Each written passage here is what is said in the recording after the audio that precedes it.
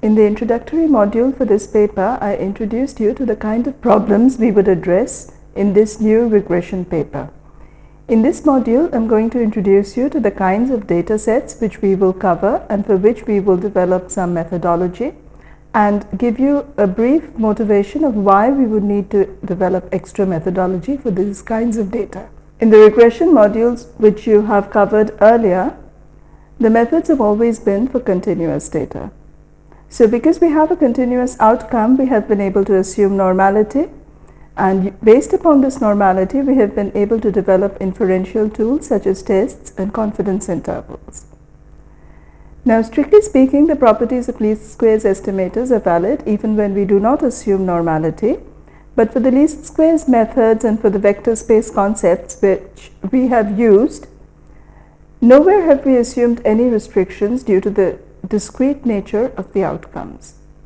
So let me provide you with an introduction to the kinds of data and why it is sometimes necessary to go outside the realm of the usual linear model to address these kinds of data.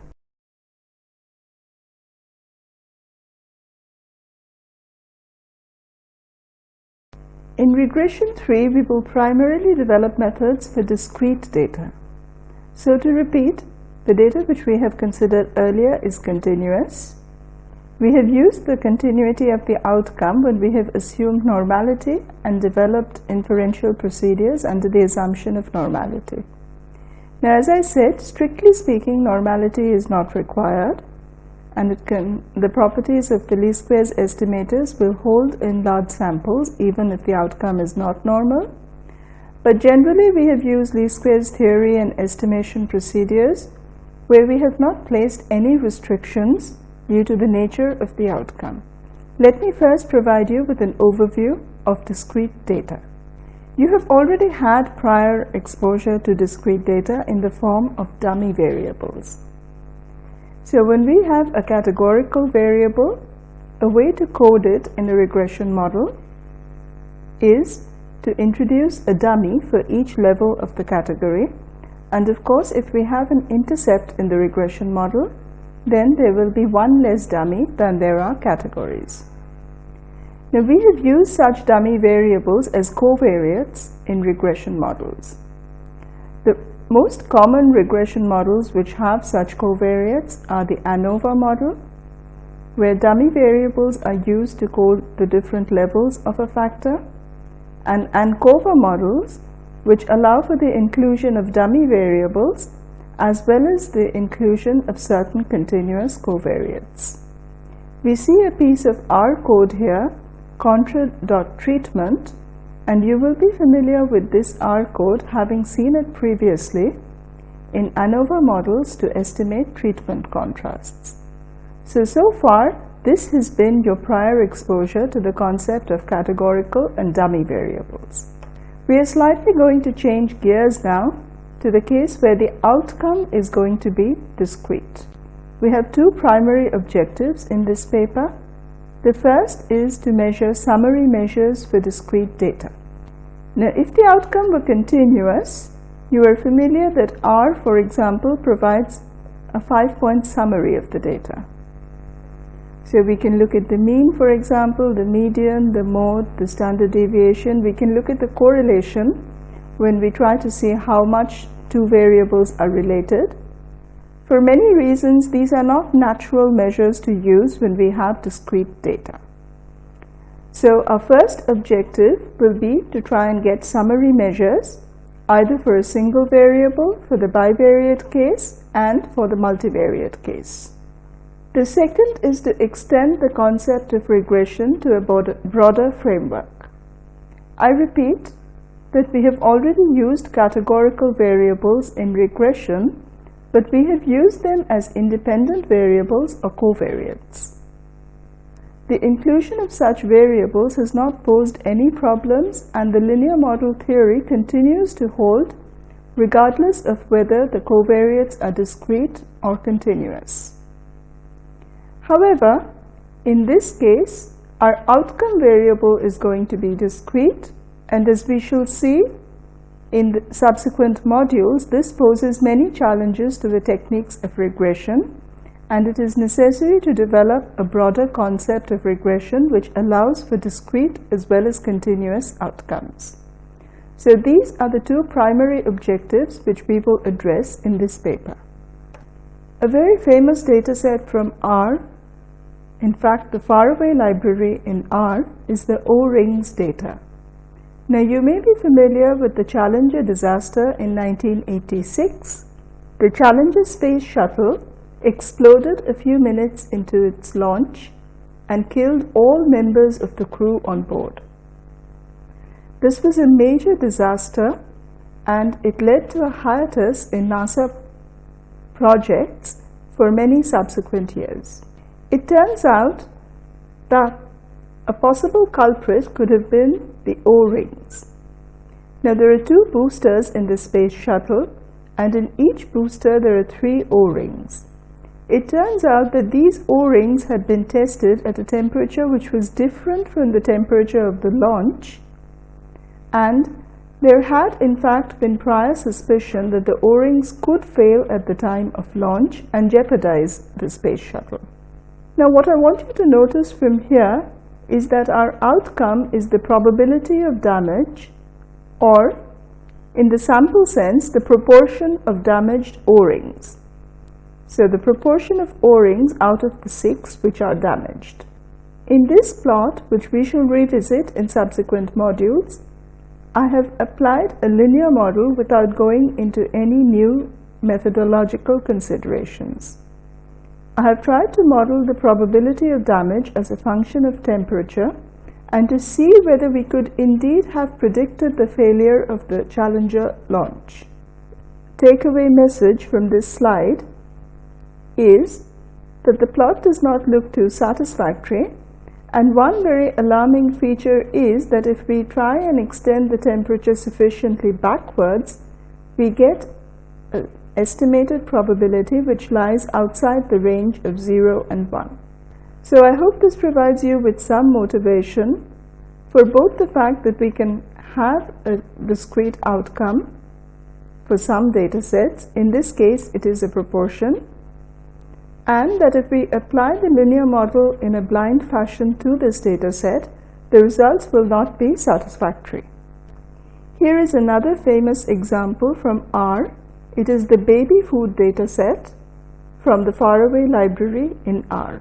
So we are looking at 2 groups, boys and girls, and whether or not they have been fed with only the bottle, they have been given some breast milk with supplement, or they have been fed only breast milk. Again, the entries which you see in each cell are proportions.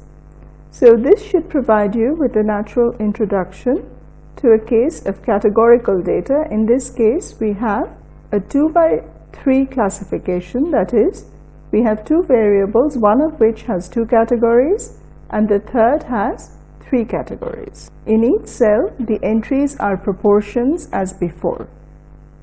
Whenever we collect data in an observational study, it is very rare that we collect data on only 2 variables.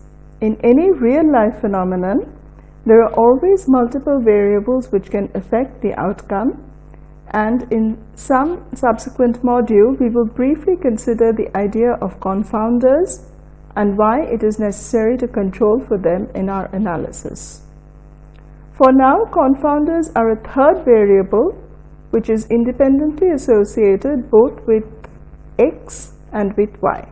So in this case, our natural consideration for x is treatment, which can take 2 forms, A and B. Our natural consideration for y is the response, which could either be a success or a failure. My confounding variable is clinic. So the data has been collected from 2 clinics, which I have labeled as 1 and 2. The reason we are concerned about clinic is that it is possible that clinic is associated with treatment, in the sense that there may be more preference for a particular treatment in a particular clinic, And clinic may or may not also be associated with response, in the sense that a certain clinic might have a higher response probability. In this case, if we consider the association between treatment and response and ignore clinic, it is possible that we may either get a spurious association, or we might get an association which is masked due to the fact that we have ignored clinic. Such variables are confounders, and controlling for confounders will be an important part of our analysis. Extending the concept of binary or binomial data, here is an example of multinomial data. Now, you are all familiar with the multinomial probability mass function, which arises when we are trying to allocate n individuals to k fixed categories. So here the data has again three variables. One is center, one is treatment, and one is response. If I assume that the sampling design which has been used is multinomial sampling, then we have 8 into 2 categories. We may want to consider a regression problem for this kinds of data, and it will be necessary to extend the concept of regression to the case where we have a multinomial outcome. Let me provide you with another multinomial data set. So in this case, I have observed two variables. The first is the highest degree which one has studied. This has been categorized as less than high school or junior college, or bachelor or graduate. Along the columns, I have considered the variable religious beliefs. This could be fundamentalist, moderate, liberal. The source of this data is the General Social Survey of 1996 conducted by the National Opinion Research Center. This dataset has been studied by both Agresti and Faraway. Let me consider yet another example of multinomial data. Here, along the rows, we are considering income in dollars, which has been split into 4 categories.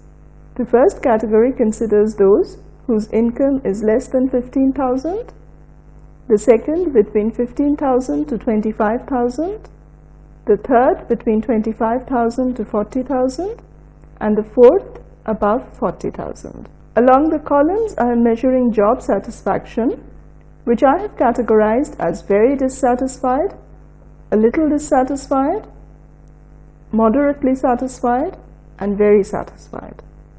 Now, I have introduced you to 3 different kinds of multinomial data set, and you may have noticed that even though all of them arise from multinomial classifications, there is a subtle difference between the first table and the next 2.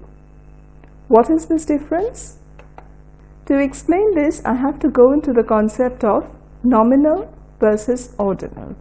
Categories are considered nominal when they have no natural ordering. Examples could be religion, nationality, types of residence, and so on. Such categories can arise in the social sciences, in econometrics, in biostatistics, and so on.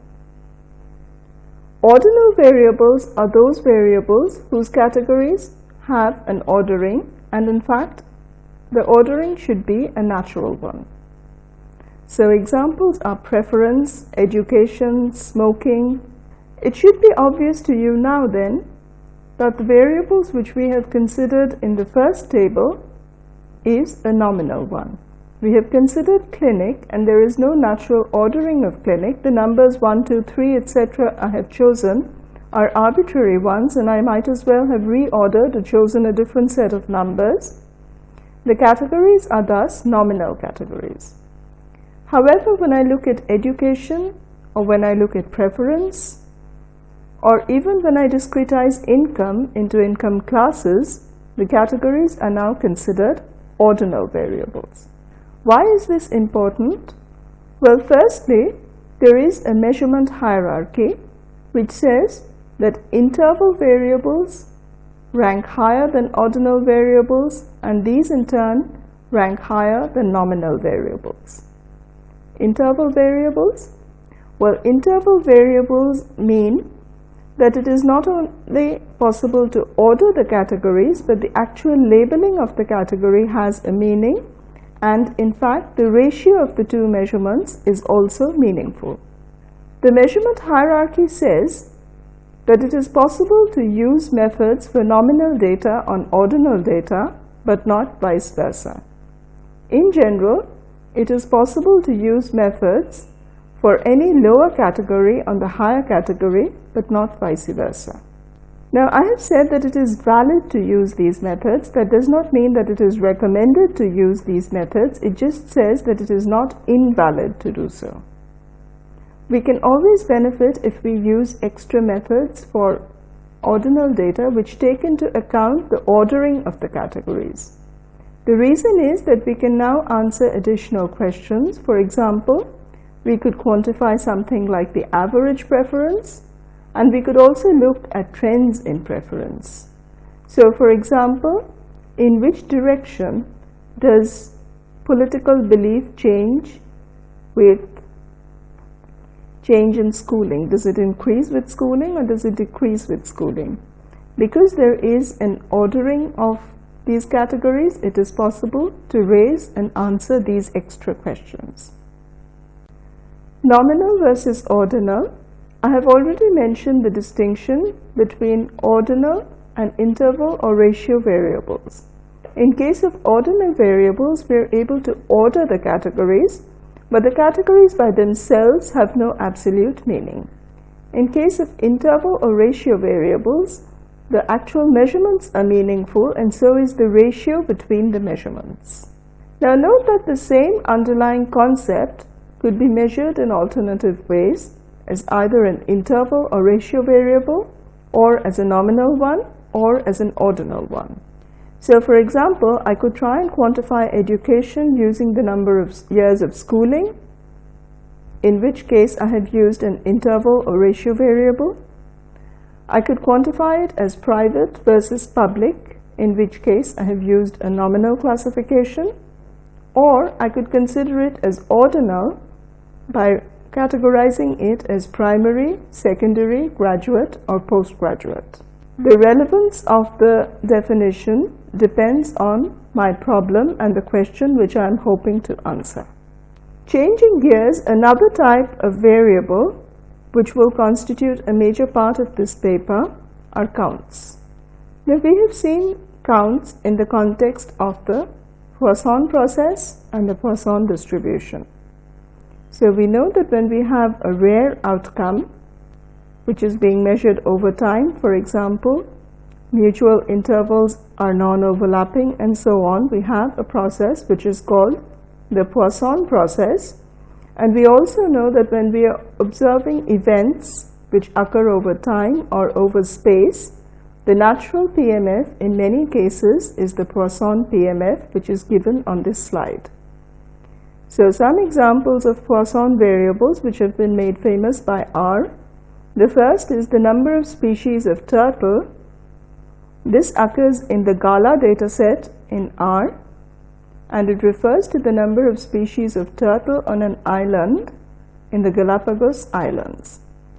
The second is the number of seizures. So there is a famous dataset which looks at progabide and the number of seizures for the longitudinal datasets in R.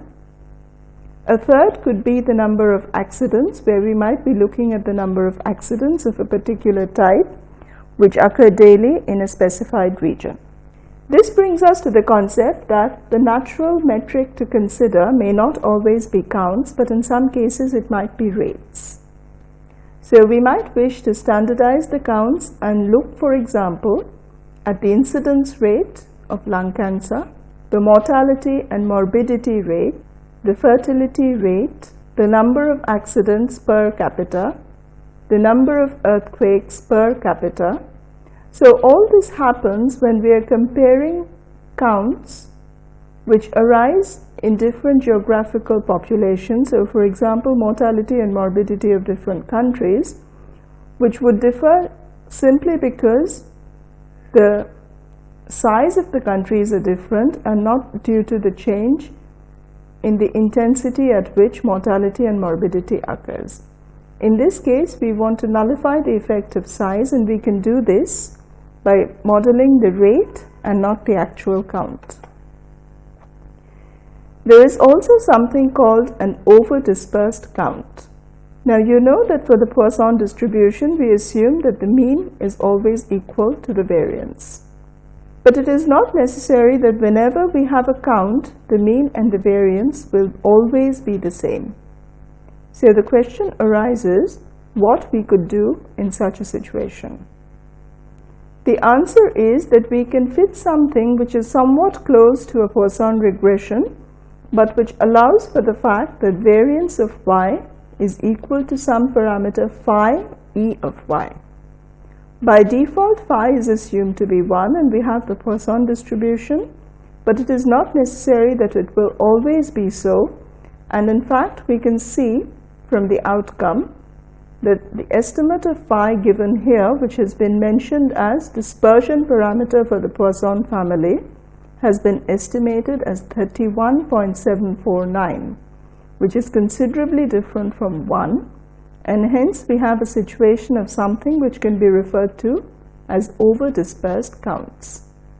Now, as we do not know any ready-made PMF for counts which allow the mean to be different for the variance, this is one area which we will study further in this paper.